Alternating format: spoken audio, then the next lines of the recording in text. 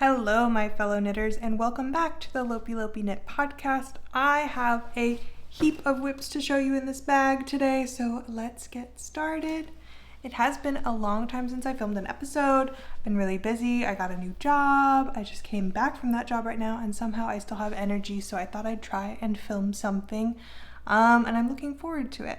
I have a few whips right now. I was fully a monogamous knitter for a while there, and I didn't really want to film it because I thought it was boring if I just had one whip, but now I'm back. Like in the big knitting mojo, I have multiple whips, so I'd love to show them to you. Let's start with something that was finished. I posted a video about the progress of this monogamous knit. It was finished, but we decided to make some small adjustments to the collar. Let's show it.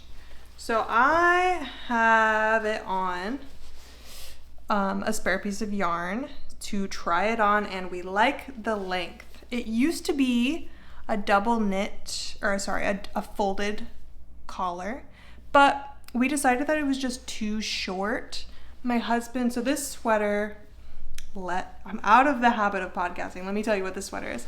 This is the Ingrid sweater male edition, men's edition by PetiteKnit. I knit it for my husband to his size specifications, and I like to wear oversized knits so we can share it. That was the intention. So my husband did not really like the neckline. It was a little bit too open for him. Like, he doesn't want to be showing clavicle. So he tried it on a few times with t-shirts underneath, and it was just fine. It was just okay. But I wanted it to be perfect because I wanted him to really enjoy wearing it, and I kind of prefer a wider, more of a mock neck myself. So it used to be a folded rib neck, but I ripped it back, and now we're gonna do a longer, just not folded, just single rib.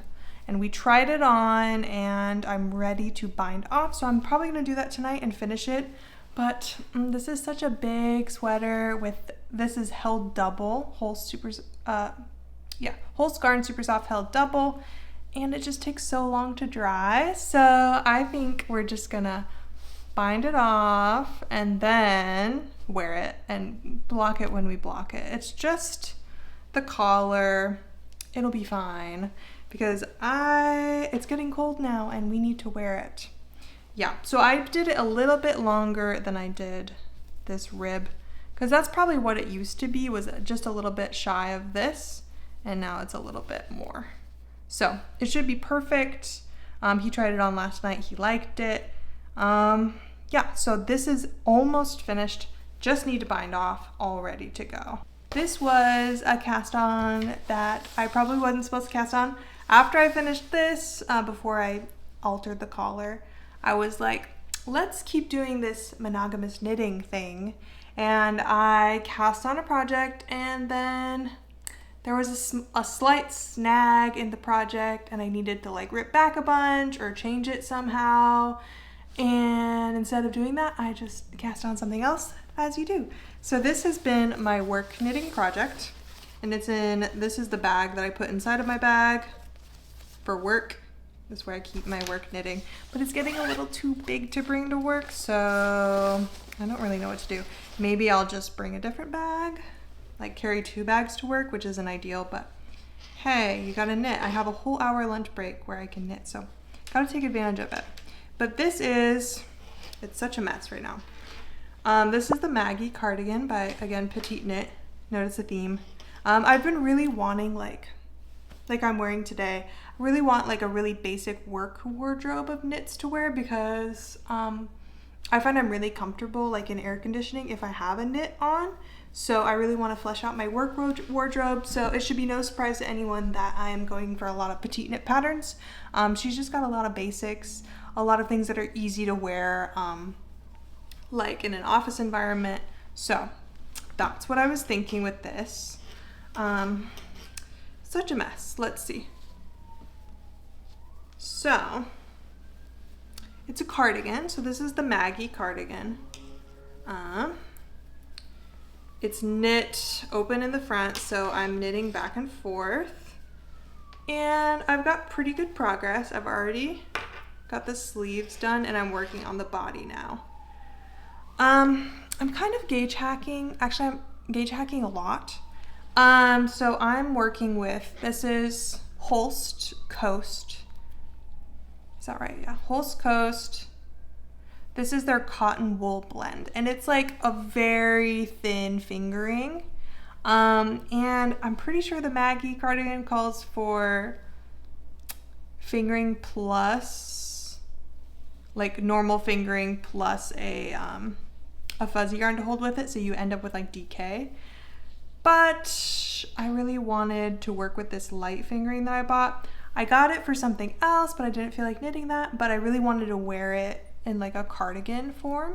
So this is what I'm trying. I've tried it on once and it seems to be going okay. Again, what I mean by gauge hacking is I made a swatch to get the fabric that I wanted with the needles that I wanted. So not the recommended needles, but I got the fabric I liked, and then I compared the gauge to the gauge in the pattern, and then I did some math with some ratios just to kind of see what sizes were closest to the gauge that I had. And I think I went with, I would have been a small if I was on gauge, but with my hacked gauge, I'm a size extra large in the pattern. So that's kind of what I have been doing lately to try to like gauge hack, because I can't necessarily justify spending money on the recommended yarn, and I have been really loving Holst Garn as a brand. It's really affordable, and I really like, it's very serviceable yarn. Like, of course it's not like perfect fuzzy like the yarns that PetiteKnit uses. They do have some options for that, but again, it's just like not in my budget right now. So I can't really afford the nice fluffy mohairs or anything. So I have to kind of like be a little creative about the materials I'm choosing. So yeah, I've been trying to like gauge hack different patterns to work with the yarns that I have and the yarns that I feel like I can afford. And I probably would have been really happy if I just held this double, but again, it's so much cheaper to hold single because it's half the amount of yarn about. So this is kind of like my economical way of knitting. If anybody else, like especially now that there's complications with ordering internationally, it can be very expensive hobby right now. So we do what we can do. I recommend gauge hacking and buying the lightest weight you can buy. That's a good way to get a lot of miles of knitting for maybe a little bit cheaper if you're on a budget like me. Yeah, actually this order, when I got this and a bunch of other yarn, I kind of like ordered maybe a little bit more than I thought I needed, because it was like, I got my order in one day before Holst stopped taking orders from the US because there was a whole issue of trying to figure out the post system from Scandinavian countries. They just completely shut down. So I got my order in like a few days before that, and I ordered a little bit bigger than maybe I wanted to order because I try to order only what I need for the next project or two, but I ordered probably enough for like 4 projects just to kind of get ahead of the price changes. But yeah, I'm very happy with the yarn I got. I'm gonna have no problem using the yarn that I bought, even if I change my mind what I wanted to use it for. But yeah, so that's the Maggie cardigan. I've been loving knitting on it at work. This yarn is super like soft and smooth. I have been noticing, because it is a cotton blend yarn, I have been noticing maybe a little bit of tightness in my fingers. I know a lot of people can get sore if they use like non-wools because it's not as stretchy. I don't know if I've really been noticing it, but maybe it's in my head. But it is a blend, so it shouldn't be too much of a problem. I really want like a garment that I can just kind of throw on top of other things that's not too woolly, not too warm. So that's my hope for this one, and I think the color is really nice. I'm trying to knit in lots of neutral colors, again, for kind of like a workwear vibe, and it'll go with anything in my closet. It's just like a beige. I think this is the Dove colorway, and it's really nice like gray beige, maybe grayish even if you choose to use that term. And my next project. So this is like a prototype. This is the cute bag it's in. I got it from Japan. This is the Nekomaruke bag. But I have in my mind the perfect mitten. The perfect fit, the perfect shape, the perfect everything. And I want it to be a colorwork mitten. But when you're like trying to figure out the like stitch counts for something, it can be annoying to have to pull back colorwork. So I chose this color that maybe won't exist as a mitten forever. I think it should be made into maybe some ducks. This bright, bright, bright. I think this is Mimosa. This is Jamieson's of Shetland Spindrift. I think this colorway is called Mimosa, which is a very fitting name. It's like so bright, like bright gold. But yeah, this is a mitten that I'm working on. I love knitting mittens. I think mittens are so cute and just like, they make me feel like I'm in a warm, cozy hug. Like it's just meant to be. So I love mittens and I'm trying to make my perfect mitten. And again, this yellow is maybe not my favorite color to wear, but I want to get the prototype just right, and then I want to make different ones with some color work is what I'm looking forward to. So let me show you what I've got going right now. Let's see. Yeah, so I think I'm there. I might need to pull back because maybe I went a little too far, but I need to do some math to see what kind of decreases I want to do for the fingers. I want it to be like a very rounded edge, and then of course I need to do my thumb, but I'm happy. I think this is like my 5th attempt. Like I pulled back 5 times, all the way pulled back 5 times probably, but I'm very happy with the thumb gusset. It's very comfy. I want to also figure out the stitch counts for my husband's size of hand, so I can have like a big version and a small version, and maybe make a bunch like to give to family or something. I just want to have like, I want this to be my travel knitting. Like I just have the stitch counts memorized, maybe like sock knitting for other people. I want to be a mitten knitter. It's just something, it's kind of one of the main reasons that I started knitting. I loved seeing different knitters on Instagram that had these like elaborate Selbu mitten patterns or like Latvian mittens. That's kind of how I really fell in love with knitting. So I'm kind of going back to my roots and figuring out some mitten patterns that are like true to me, which is really exciting. So that's another whip. I haven't touched that in weeks, but because I need to do the math for the decreases and I'll inevitably have to pull back. So it's on hold. Let's just say that. My other whip, which is, it's my last whip right now. I wish I had socks. I just feel like knitting socks right now because it's getting cold, but I don't have any yarn for socks right now.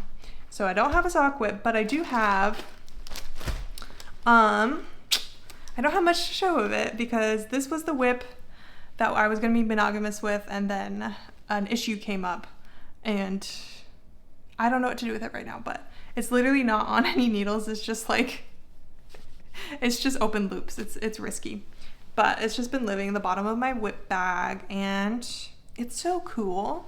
So this is like, I think it's called corrugated rib. This is going to, so the colors I chose are, and again, these weren't the colors that were given in the pattern. They are like a close match. So this is a silver gray. I think this one's Mariner. And then old gold, which maybe it wasn't the best color choice to match, but I do think it looks nice.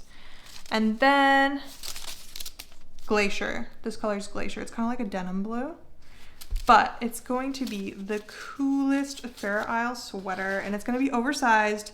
But my question is it too oversized? I kind of wanted to match this sweater, was kind of the dimensions I was going for, because this is a very flattering oversized on me. This is the Traveler by Dre Renee Knits, and it's knit in Holst. Everything I knit is in Holst Supersoft. Don't be surprised. This is knit in Holst Supersoft black, held double. And I love the way this sweater fits, so I kind of wanted to recreate the fit. And I don't know, I think I'm right with my ribbing, but like it just looks too big. And also this ribbing Notice how wide it is. So part of that was my error. I was reading incorrectly my stitches. So every time I did a color change, I got confused about, basically I added a row every time I did a color change. So it's like 4 rows too long. And also I think it's just too long in general. Like this is a long rib. So I think I'm going to pull back, which means this was like 2 weeks of knitting because it's slow, because it's like two-handed and a ribbing. It was just slow. So it was kind of painful when I realized I had to rip back, and I'm gonna follow the chart for the size small, has like a smaller ribbing. So it's like proportional. So I need to do that. Yeah, but it's gonna be so beautiful. Let me show you the pattern actually. It's from a book. My husband bought me this book. Here's the book. Here's the book. It's My Fair Isle Journey. Yuco Sakamoto and Amirisu. So Amirisu is like it's a Japanese knitting publishing company, and they have stores, and it's so much fun to visit.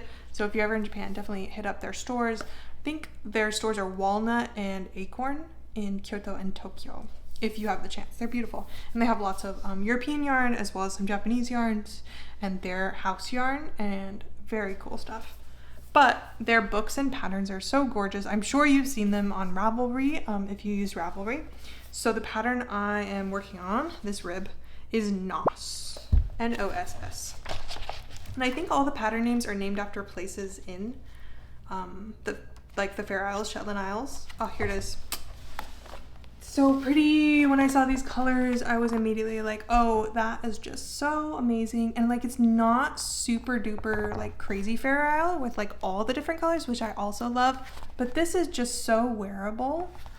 I feel like you can't see the colors very well, but it's the same. I kind of tried to do the same colorway with the blue, the dark blue, the lighter blue, the gray, and the yellow.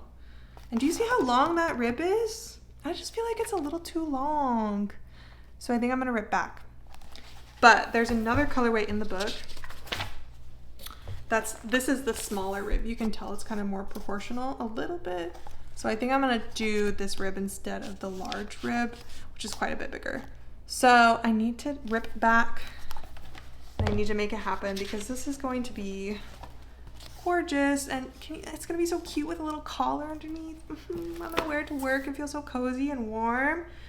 I've been thinking just to get like, what's the word? Just to get ooey gooey with you. I've been thinking a lot about like what knitting means to me, and like, I feel like I'm gonna cry. This is so dumb. But like, I've been wearing my knits to work a lot, and so where I'm at right now is very cold, so I can wear knits a lot.